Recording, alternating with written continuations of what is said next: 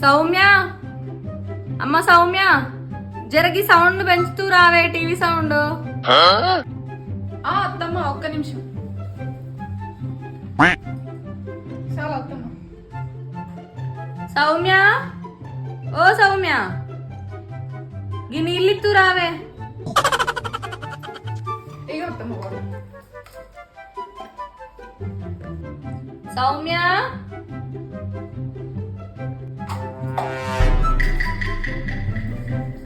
బాబా ఏంటి అత్తమ్మ, నేను మనిషినే, నాకేం 10 కాళ్ళు 10 చేతులు లేవు.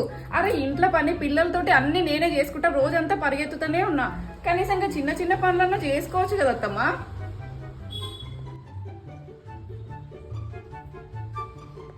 ఏందే పిలిస్తే గట్ల నిల్చొని చూస్తున్నావు? ఏం లేదు, చెప్పండి అత్తమ్మ.